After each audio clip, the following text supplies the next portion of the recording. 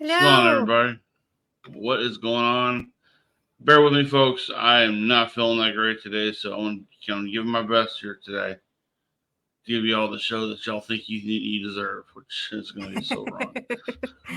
It was this morning for both of us. Like Trey didn't get any sleep because he's been under the weather, and then my children, I put them on the bus at 7:30, and then at 8:00, like 8:10, the nurse calls me, and I'm like, "How? They just got to school."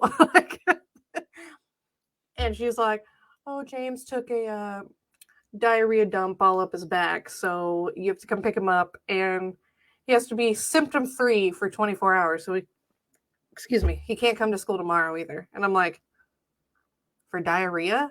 Like, when I was a kid, like I just remember being a kid, and you had to be on your deathbed to go home from school early. Like, if you took a diarrhea poop, like they just called your parents and were like, "Hey, can you bring Trey some new clothes, please?" And then they put on your new clothes and you went back to class. I would be so screwed because my mom worked at Children's Medical Center, and to get her to come off work to come do that would be hell. My dad was, or they would give you like the loaner PE clothes or something to put on. No. You know, like the box in the corner they had of like clothes kids had left behind. Yeah, I'm sure it didn't go well today. Trust me. I think COVID killed that for everybody.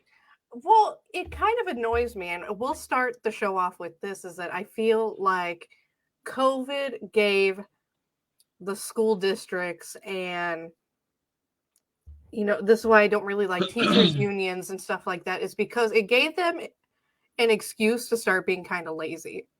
Like, these teachers got used to being able to teach from their computer and not really having to do much, and they got really comfortable with it. And now it's like the minute your kid sneezes, they're like sending them home, and then they got to be home for 2 days. But then they'll still get on you if your kid misses too many days, because then they're not getting as much tax money. But your kid sneezes and they send your kid home, and you're still having to pay all that tax money to the school district and the teachers unions and all this crap. And it's like, I look back and I remember being a kid and being annoyed that it was so hard to like go home, because I hated school. I would have loved to have been a kid today, because I would have been gotta go home like all the time, because kids in school I had to mature a little early, and so I didn't get along really well with like kids my own age. So I would be taking full advantage of the way the school system is nowadays. But I just remember being a kid, and you like, even if you threw up, I remember I threw up once, and the teacher was like, "Okay, go to the nurse." Because I don't even think she believed that I threw up, because I went to the bathroom to do it and then showed up late to class. And I think she just thought I was making an excuse. Like, they had to physically see you throw up to even believe you. Mm-hmm. And then they didn't even send me home right away. I had to lay on the nurse's cot, like the little cot they would have in the nurse's office. And then you had to sit there. And if she didn't see you throw up after a while, they sent you back. Yeah. If you threw up a second time, okay, then they'll call your mom. Yeah, I remember being homesick. Well, it wasn't really fun to be sick because I was home with the flu when the Challenger blew up. I literally remember where I was at when the shuttle blew up. And I remember it just being dominating the news, the 24-hour site. I mean, it's kind of like when JFK was shot, and you go back and watch the old footage of the news stuff back in the day. It was nowhere near what it was when the shuttle blew up. It was almost like a precursor to 9/11. Because 9/11, everything was all 9/11. Every newscast was. Everything on TV was. And then when the shuttle blew up, it was like, CNN, that was their time to shine. That was really their time to really, really shine, because there was no Fox News at the time. So, yeah, it was CNN started to shine during Vietnam and stuff too, right? Because they were one of the only news stations that was like there broadcasting. Like, I thought ABC was. I don't think CNN was even around then Was it CNN? It because was one of the first. I just well, remember when I was reading all the stuff on it for my military history class, they were like, Vietnam was the first war where like news cameras were there and people actually yeah. got to see what war actually Well, looks like. CNN was invented by Ted Turner. I don't know how. I'm not sure how well Ted Turner was heavily involved in the media back in the '60s. So it'd be something to research though. I mean, you already done some research on some of the war stuff there already. So, Yeah, and I by had the an way, folks, entire class on it. I apologize. My voice is being kind of like very, what do you call it? Very dronish. You know, kind of like, hey, everybody, how's it going? I'm sorry. It's where I'm at right now, so bear with me. But he But still showed up. barely. I got woken up to a phone call saying, "Hey, wake up, jackass, let's go." But I didn't know you were asleep. Sorry. nah, it's okay. I didn't get up anyway. But oh, by the way, if you go over to our YouTube page, you will see individual segments of our shows listed on there as well. So go check them out. If you don't watch the full show, at least you have a little bit of what we talked about. So there you go. A little something to think about. But yeah, I just thought it was kind of ridiculous. Like they've done it to me a couple of times now, and it's always like because the boys, Marcus's side of the family has really sensitive stomachs. Like I'm talking IBS, acid reflux. Like they got crazy guts in that side of the family, and the boys inherited it. So they can eat something one day and they're fine, eat the same thing the next day, and it's just running right through. Like they got the most sensitive stomachs. And then with the autism, they're very picky on textures. So I have a hard time getting them to eat like more fibery foods and stuff because they don't like the way it feels. Um, and so they do eat more junk food than I would particularly like them to eat, but it can be really it can be a lot different than like just getting a normal kid to eat a vegetable versus Right. because like kids with autism they just straight like won't eat. They'll go a day without eating because they don't like the way it feels. It's not like Yeah. neurotypical kids where like eventually they'll just give into the hunger and eat it. Kids with Mm. autism won't. It would take me a lot to get Cooper to eat something different. Um, I know that, like if I made something that's barbecue-ish or whatever, he was like, "Yeah, it didn't look right. I'm not gonna eat it." Then eventually he would start kind of warming up to it. Now we'll go do barbecue like it up here in Ardmore at Swallows Barbecue. It could be a sponsor, by the way. It'd be great if they were. We tried them, or it was up another place over near oh, what's it called? I can't. It's called Smoking Joe's Barbecue, and we tried that, and he really liked that. But he was like, he's real particular about like he wants like a certain, he wants the chicken or he wants a turkey or he won't try the barbecue sausage. He won't try any brisket or whatever. Although I did give him some brisket recently. He did enjoy that. So he's still learning to try different things. It's just you have to be patient with him because they're not going to just gravitate to what you want and they gravitate to automatically. But like if I made him a grilled cheese sandwich, he'd eat up in a second. But then he hates sandwiches, so he won't eat peanut butter and jelly, or he won't eat a turkey sandwich. He's very weird about that, but I don't Yeah. know. Well, and that's what I'm saying. And I've told the school, like the first couple times it happened, I got annoyed with the school because I kept telling them, like, okay, like bananas really runs through him, certain fruits. And they kept feeding it to him at breakfast time. And then Hmm. an hour later, I'd get a call from the nurse because there's 4 teachers in the class, so that each teacher only has a couple kids. It's a really cool special ed class. I really like the main teacher. She is the most wonderful human being. But there was this one teacher who thankfully isn't in the class anymore, but she would always take him straight to the nurse the minute like he was a little runny. And I was Hmm. like, I've told you how many times now that this particular food runs right through him, but you keep feeding it to him and then you bring him to the nurse. He's not sick. Like, he's just got bubble guts. Like, I don't know what to tell you. Hmm. And even today, like, the teacher brought him up. She's like, I don't think he's sick. I just think the other teachers got to him before I could. And They took him right to the nurse. And she's a very old school teacher, which is why I love her so much. 'Cause, like, if the kids aren't running like a super high fever or like have a bunch of yellow mucus coming out of their nose or something, Mm-hmm. she's like, they're fine. They're fine. Because kids, especially, they get sick, then the next day they're fine, then they're sick again. It flip Yeah. flops. Kids are little petri dishes. But there's Yes. something going around that class, I think, anyway. Um, but it's Yeah, just like, there's a lot I think going it's on. gotten, since COVID, these schools have gotten a little lazy and they've gotten a little over the top when it comes to the sickness. Like, I'm not talking, I don't Mm-hmm. think it needs to go back to the way it was when we were kids and you had to be dying to go home.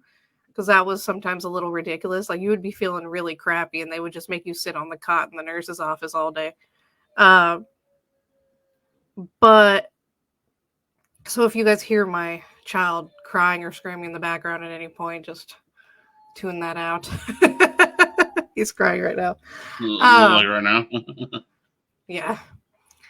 Um, but I think they kind of have gone to a whole new extreme where it's just like you got the sniffles and they send you home. And then the 24-hour thing is ridiculous because it's like 24 hours symptom free, like of the runs. Like they could be fine later in the day and then tomorrow morning eat something else that doesn't agree. I mean, if I waited for them to always be 24 hours symptom free, they would never be at school. Okay, let me ask you a question. I want to ask you a question. When you were homesick from school, how did you deal with the rest of your day at that point? When I was what?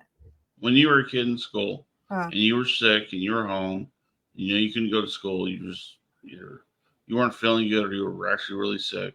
What would you do at the house? what would I do at the house? Yeah. Maury. Uh, Watching t- trashy daytime TV with my mom.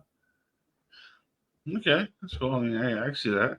It was like Um, I remember the order. It was like Maury, Jerry Springer, and then one of the soap operas would come on, like Days of Our Lives or one of those. Um, I'd usually after Jerry Springer, I'd turn to like cartoons or something. But I religiously watched Maury every morning, even though probably not the most appropriate thing for me to be watching at that age, but we watched it. well, I mean, at least there you got a good education on health. Oh, he's the father. Come on now, we know how he got there. No, but like I did. It was not me more. I don't know what you're talking about. I mean, we may have had sex one time. I don't mean she's pregnant. Well, guess what? You're the father. What? There's a lot of that. Or the lady that she'd be on like this is her 23rd time on the show. Like she still Like, has it. I'm sure it's this guy right now. I am so. But you know what used to drive me crazy about that is like if you're on the 23rd guy, like the amount of time for conception is like a week or two. How many people did you have sex with in a 2 week time span? Don't worry about that. Don't worry about that. Look, Like, whoa. for me, because I'm a lot older than you, my dad would go to the video store. Tell you how far back we're going here. He'd I pick love up the the video store, like Blockbuster. yeah. We had a little bitty place called the Video Zone, which is I think Like he a liked to knockoff. do. Yeah, I mean it was before Blockbuster really came in and started taking over the United States. Um, Rest in peace. yeah, I used to work there before they closed too, so trust me, I know. Worked in 7 different stores in Carrollton, I know. But I remember he would go pick up the Pink Panther movies, the Peter Sellers Pink Panther movies, but it was never the first one because this or Shot in the Dark. It was always like Return of the Pink Panther, Pink Panther Strikes Back, and Revenge of the Pink Panther.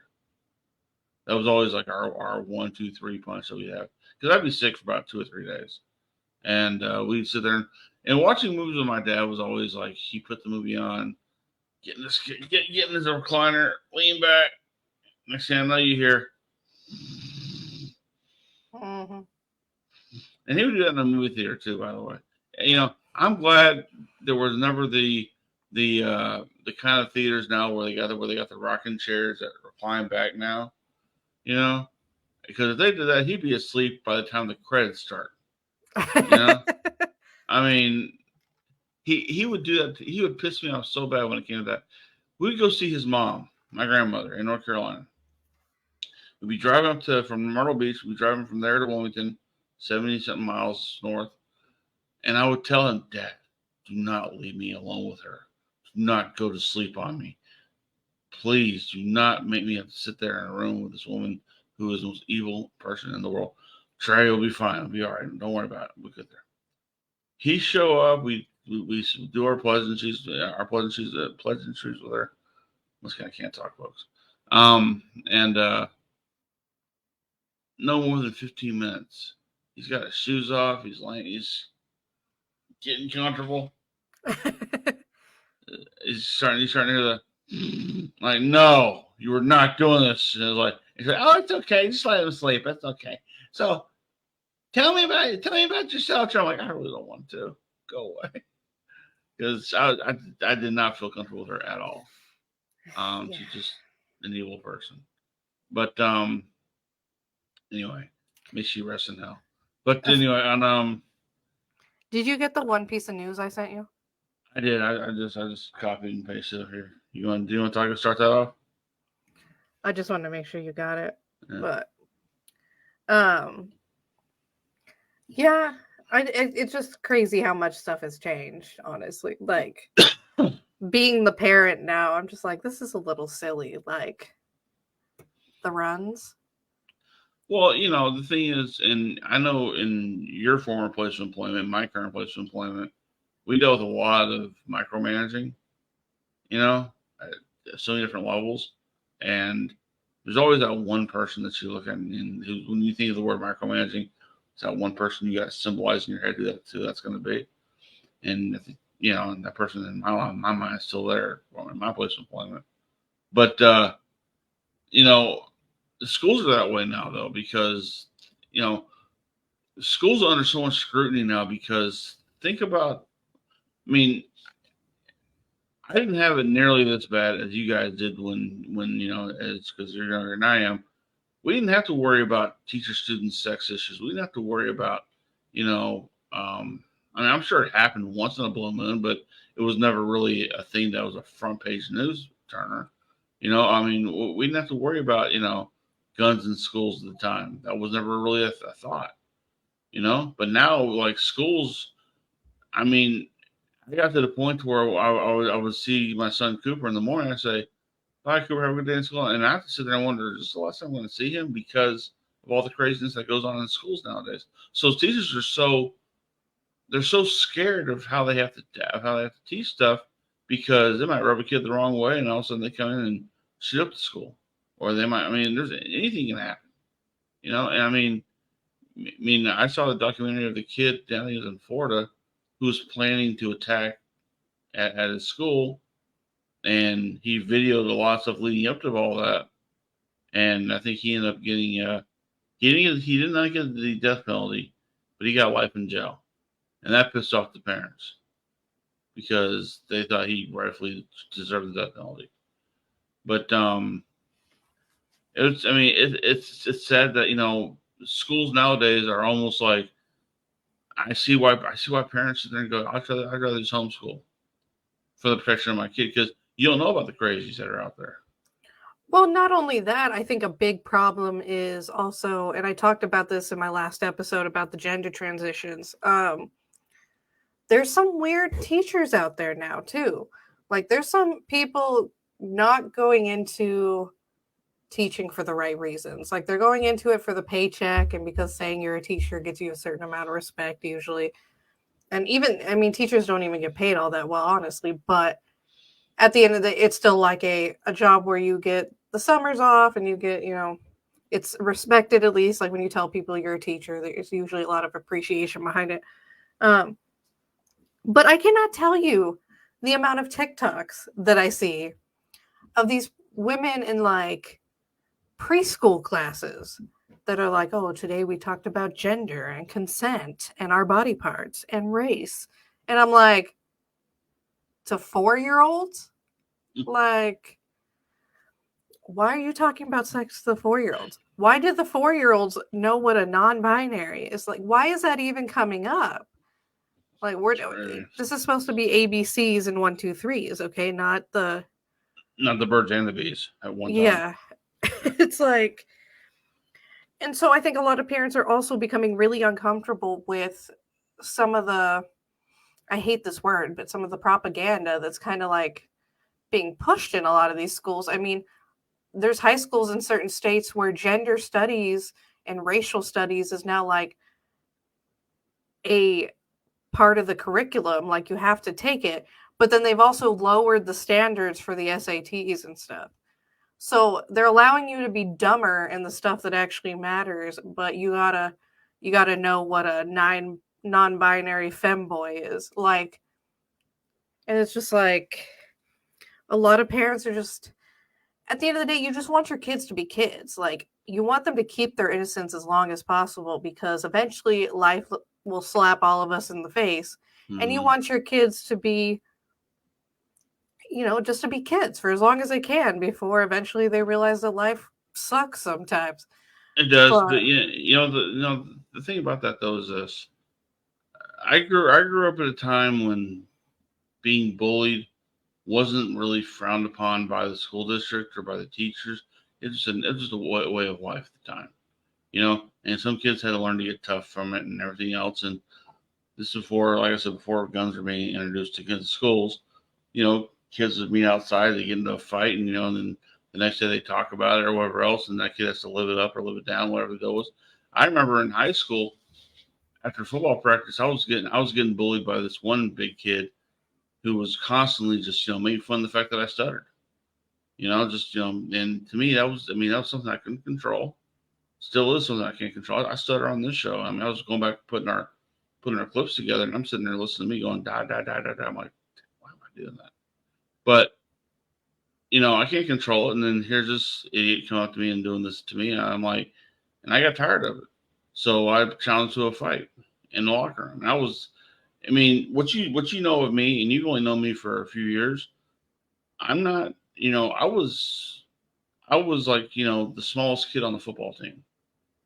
Okay. So for me to sit there and just, bone up to the kid and go, hey, I ain't putting up with it no more. That was one thing. So we got into a fight in the locker room. He put me in a headlock. I knocked him out. And this was before I thought I'd be a wrestler. So there was that. And I remember the football coach came up to me the next day and says, heard you got in a fight in the locker room. He's like, yes, sir, I did. It's like, did you win? I say, yes, sir. It's like, good. Proud of you. Again, different time, right?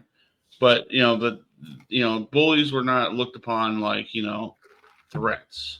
They're just looked at as a part of life. But kids took it seriously. And they started writing these suicide notes. They started doing crazy. I mean, back in my day, being gay in school was, who does that? You know. Now it's like, okay. I mean, everybody. it's pretty much accepted, and you know, I get it. I mean, because it's you know the culture has changed so much in a positive and a negative way in some cases. Positive because we are more accepting. Let's face it. I grew up in the '80s. We're not that far removed from the Civil Rights Act. Okay, we're like 20 years away from that at that point, or 20 years removed from it at that point. So so being black and white in schools was still somewhat of a touchy situation. Yeah. But you know, but now you see black guys dating white girls and white guys dating black girls. I mean, yeah, you're right, and not so much that, but then there's a mix of other cultures. With Asian and Mexican and everything. I mean, it's all a big it's all a big thing, right? Big So melting pot. yeah, big melting pot. But once again, that's what we're supposed to be. So for this world to be more for the kids that aren't. I mean, I don't think my kids know anything about racism. I mean, they hear about it and they see what's something that they don't agree to, and they'll jump right on it. Oh, that's just racist. They can't be doing that. But back in my day, like you say certain words, you weren't that offended as much. Not saying I mean, trust the N word is always offensive, so that was never really said. But other words, like I'm not gonna say on this show, but if you say them now, you're going, "Whoa, wouldn't have said that." You'd be canceled. Whatever. It's a weird how this culture has changed so much, and I It like went the from fact. one extreme to the left to like one extreme to the right. Like, Yeah. we have a hard time in society finding any middle ground, it seems. Right. Which, by the way, if you want to find the middle ground, folks, check out Presley Christine's The Middle Ground with her. Yeah, we'll have an There, episode it's today about abortion, but it's a little delayed because I've had homework and sick kids and, life. a sick ghost, and yeah, no, but yeah, I mean, look, I'm I have a son who's currently in junior high, and he doesn't like school anymore. He used to love school. He hates it now, but because it's changed for him, and he just got to muddle through for the next 5 or 6 years, and then he'll be out, and then he decides if he wants to do college or not. And all I can hope for is that every day stays the same for him. That he goes in, comes out, comes home, does his thing, goes back and does it again with no issues whatsoever. We can all hope for that. But my daughters had a kid in their school bring a gun there one time. I mean, that's when you're the parent. What do? You feel so hopeless because you can't do nothing about it. You can't just go to school and just grab your kid out of school because school's in lockdown. You can't do nothing. No. So anyway, Yeah, I mean it's definitely something to think about. Like, I'm definitely not in favor of the the bullying and stuff, but I also think a little bit of harsh criticism is necessary to get kids ready for the real world. I think this newer generation is way too soft. They get dude, very easily offended. They get very easily flustered. Working a 6-hour shift at Starbucks like overwhelms them. And I'm just like, shut up. so Look, I think there's a happy medium that needs to be found here. We're going a little bit too far to the other direction. Well, it all kind of started once kids in sports were getting trophies for having a losing season. Yeah, they got trophy for 12th place. Yeah, and I remember when Dakota was in karate, right? And I was on the road as a trucker, so I came home for the big tournament she had, and everybody got a trophy regardless, and the little participation trophies are about yay big. And I looked at the table how the trophies were from here to here to here to here. They got the better you are, the bigger the trophies got. And Dakota, she had finished first place in her patterns and in first place in her combat part of it. And she had these two big ass trophies. Now, if I have a picture, I show it. And I'm like, see, you walk in the door, you see them small trophies, you get those. You worked your ass off, and you got those two big ones right there. So that's why, I'm proud of you for what you did. Because even if you got in the other ones, I've been proud of you. But you know what? That participation trophy, I wouldn't have you taken that at all, because you didn't win nothing. You came and you got the experience, and now you walked out. The experience should mean more than just a trophy right now. Mm-hmm. But she did that, and she did that for about 3 or 4 years, and she got more trophies as it came, and she got really good at her patterns and everything else, and she got really good at combat. And I think I take some credit for that because of my wrestling expertise. But no, it's on her. But she, I remember one year she didn't do so well, and she got a participation trophy, or she got like a third place trophy, or what it was. And she looked at it and she's like, ugh, look at this. I'm like, well, that's what they do, kiddo. That's what they do. But you work better for it next time. But like soccer trophies, I remember I had 2 soccer trophies as a kid, and they were probably just, a little bitty, whatever, first place, the rowdies, or whatever we were called. And then it was like, okay, nice, it's cool. But then, like, if you lost, you got nothing. And a lot of people, and there was one parent who probably got all pissy about the whole thing and went, "Oh, my kid, I paid $75 to get my kid into sports. They deserve a trophy." It's like, no, your genetics is why they're not getting a trophy. No, you know what? Maybe you deserve a trophy because you thought you paid $75 for this thing. I don't know. I remember playing basketball in the church league, and I wasn't that great, but every year I got better. And I was always the one player on the team that got a trophy for like the most improved player of the year. I did that 3 years in a row. It means I learned how to suck at the beginning and then get better. So, but I always had a trophy because I did that. Now,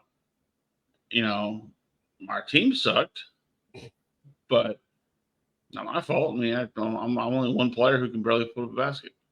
So, yeah, it's it's where we live in. It's a culture. It's just it's not tough enough anymore. It's all pretty much watered down, and let's just keep everybody safe and let's.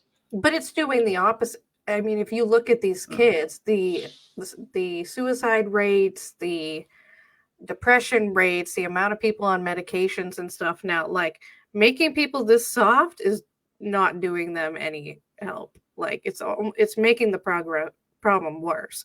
And that's kind of what I talk about on that episode about the gender transitions for minors, is that no matter how uncomfortable your kid might be in their body or whatever, mm-hmm. when you look at the statistics of this stuff, it doesn't actually help anything. So you're chopping off body parts and giving them hormones that could have irreversible side effects because you're trying to make them feel better, but in reality, it's not actually making them feel any better. It might actually be making the problem worse. So we need to address the elephant in the room, as it were, and like try and understand why these generation, this especially this younger generation, the Gen Zers and above, figure out why they're what's going on. And I think part of it is obviously social media is a big thing because it's a highlight reel and all you ever see is everyone's perfect life and you don't see the low moments of anyone. And I think it's a part of it is what we were talking about, where it's these kids are given participation trophies and everything's kind of bubble wrapped, and you're not supposed to offend anybody, and then it creates this artificial bubble around them, and then when the real world comes to slap them in the face, they're not prepared for it, and they get very easily overwhelmed by the realities of life. And there's amazing, great parts of life, and there's parts of life that sometimes suck. And you got to be able to deal with both. And there's two things to thought here. A lot of kids nowadays, when they turn 16, aren't looking to drive a vehicle. And a lot of them, I'm finding out that a lot of people who play a lot of games, like our gamers, that's their reality. And getting behind the wheel of a car scares the living shit out of them. And they can't get past it. I know a kid who is trained to be a pro wrestler right now. He's a blackjack dealer at WinStar.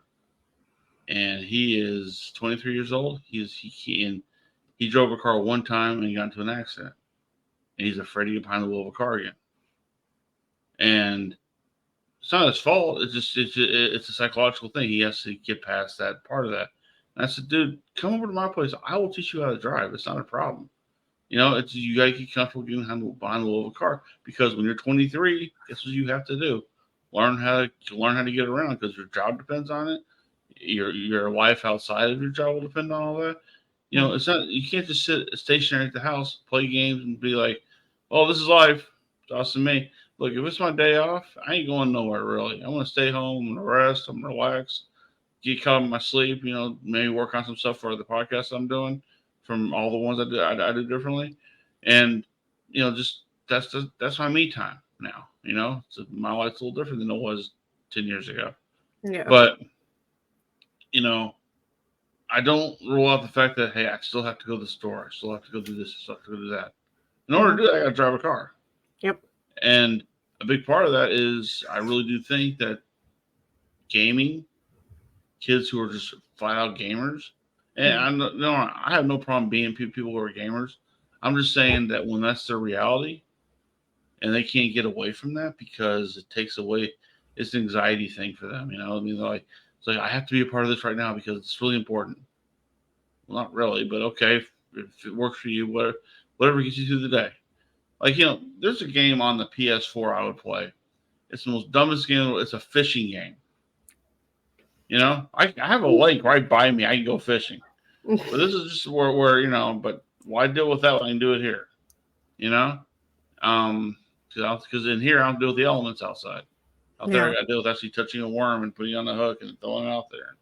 All that crap. It's not for me. So, social media, games, also, it takes you away from the reality of what you really have to do. And that's social media has made everybody an armchair quarterback. A lot of people sit there and they get real comfortable on their couch talking shit about somebody else. Yeah.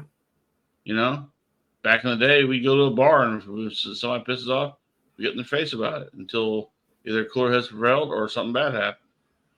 Now it's, you can say as much as you want without any consequences. So I want to tell this guy right now, you piece of shit, I will whoop your ass so bad. Send. All right. Tough guy now. And they reply, oh, I'm going to get you now. Okay. I'm going to cut me a wrestling promo on a text. Here we go.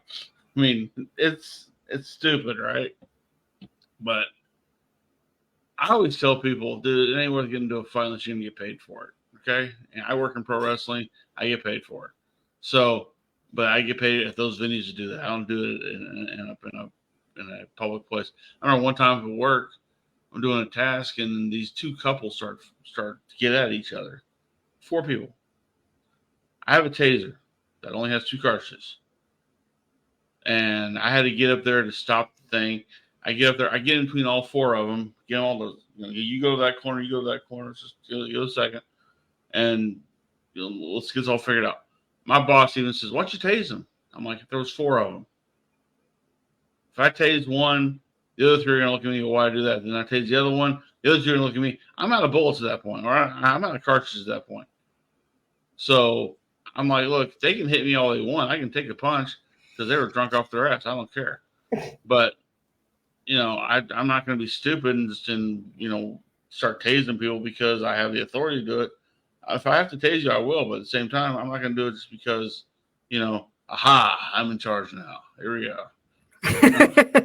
No. Guess who's the bad bitch? Look, we have the Billy Badasses at work who like to do that stuff. Then we got the ones that, just super cop. Oh, super cop, the ones with the mustache and no beard, and the super troopers and the people like that. Look, that's not. Do you remember Snyder? Oh God, yes. I'm still friends with him to this day, but my nickname for him was Super Cop because it didn't matter where something was taking place. Like he'd turn around and he was right there. Or like you'd be working, like, because I was dispatching, I'd be working a station and he would be like, blah, blah, blah, 97. And I'm like, aren't you supposed to be out in the parking lot? Like, why are you in the middle of the casino? Right. Crazy. I used to laugh so hard at that, the super cops. But he became an actual sheriff, so. Oh, did he? That worked out. That worked out well. Now he is a real super cop. That worked out well for him then. Sure. So, anyway, you sent me a thing here you want to talk about.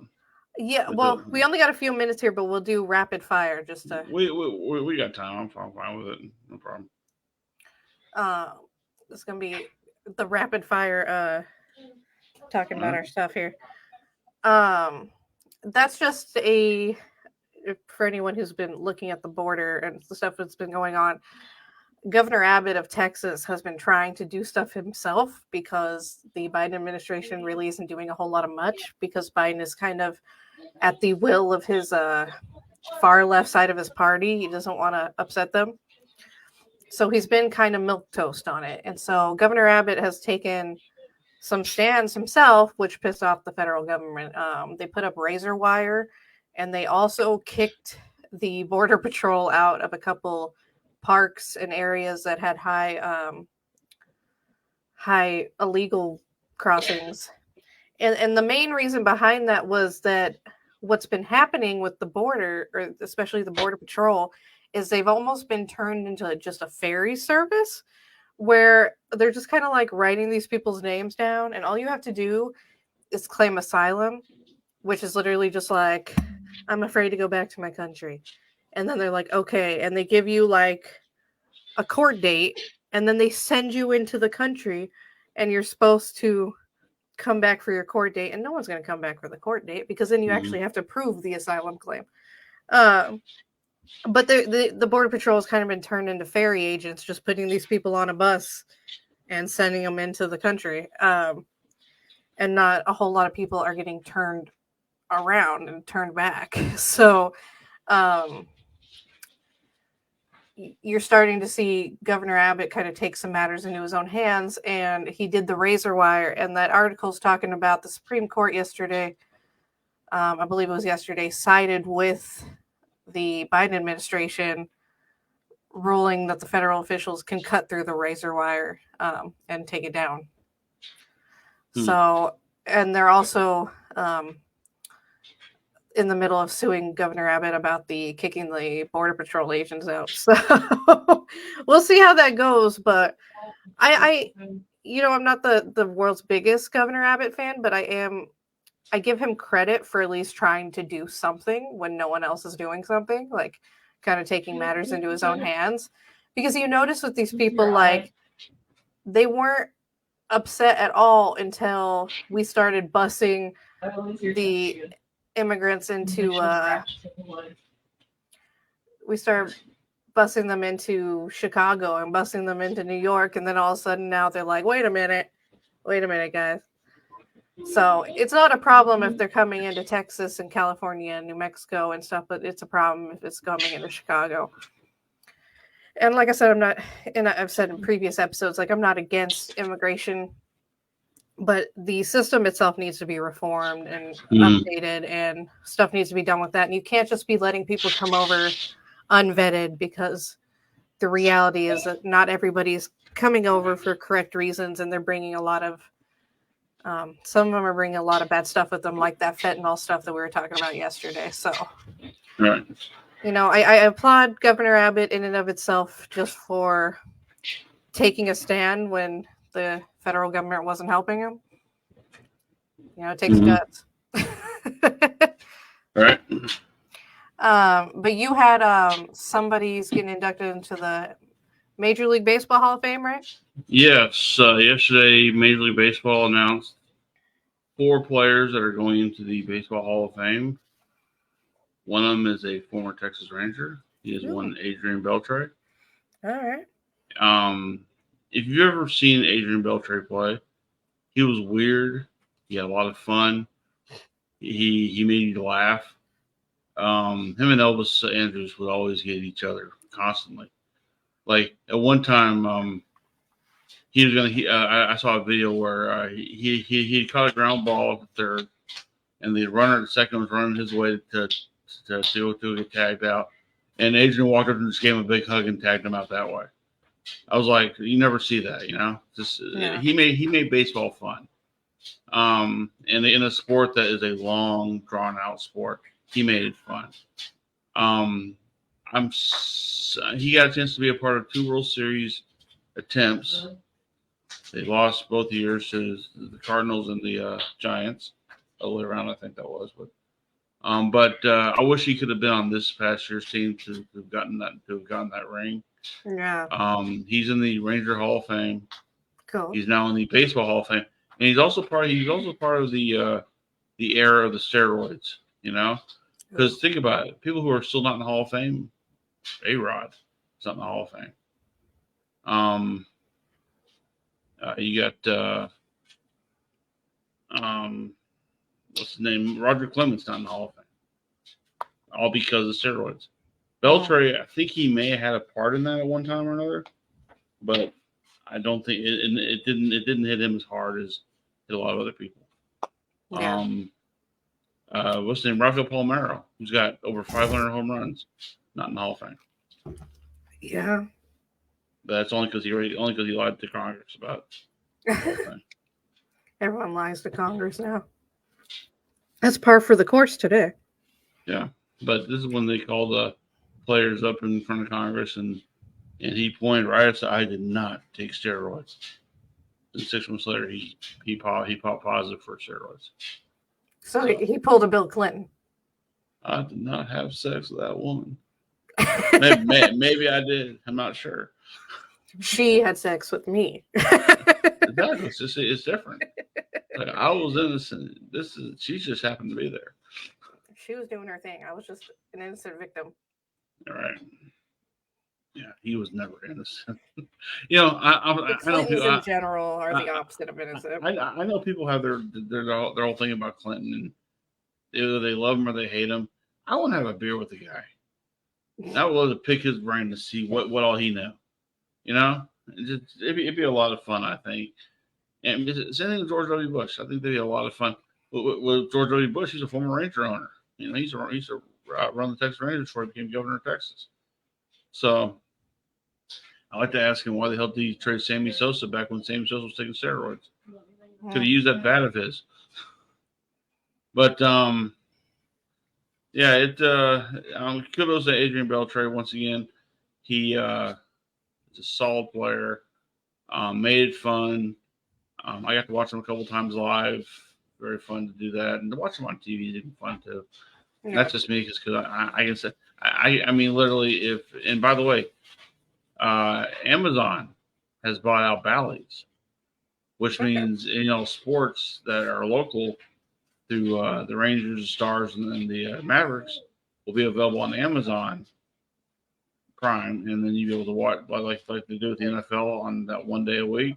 You can now do that with baseball and basketball and hockey. So Bally's they tried to be what Amazon was, but they didn't have the means, the money, or nothing to do it. Mm-hmm. And they just it was a bad idea all the way around. But then a lot of cable companies didn't carry Bally's, so half the Metroplex couldn't even watch Ranger games or Maverick games or Stars games. Yeah, and you'd almost hope that they got on like back when Fox Sports Net was a thing, they were always on that. But then that went away, and then Inter Bally's, and that ruined everything. So, anyway. Well, congratulations to him. Yes, congratulations to the great Adrian Beltre. And all the other three, whoever they are. I'm trying to remember who they are. Joe Mauer, former Twins player. Helton, I can't remember what his first name is. And Jim Leland, manager. He got in. So, and by the way, Adrian Beltre and Joe Mauer, first year Hall of Famers. Means they didn't wait. Now Helton's gone. This is his sixth time to go. This is his sixth time to be up for nomination. He finally got in.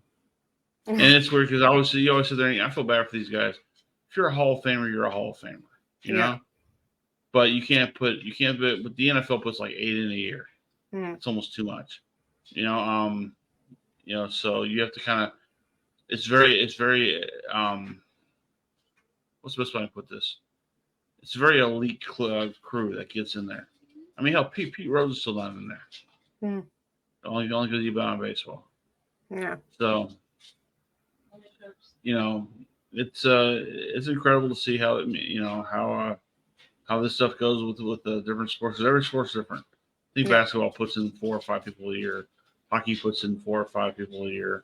The NFL puts in 8. I mean, but the NFL also reaches out to owners and other people who contributed for a long period of time. Yeah. That's why Jerry Jones is in the Hall of Fame, because he made the NFL money. A lot of money. Lots and lots of money. So. Yeah. The mighty dollar. The mighty dollar. Well, we apologize for being late today, guys, but we will be on our normal grind tomorrow. Yes, our normal grind. But in the meantime, like we said, check her out, The Middle Ground with Brother Christine. Also, her and Karen Ashley do the Fit Trend Show. Yes. Go check that out. And, of course, on Thursday, I'll be here, 9 p.m. Central Standard Time.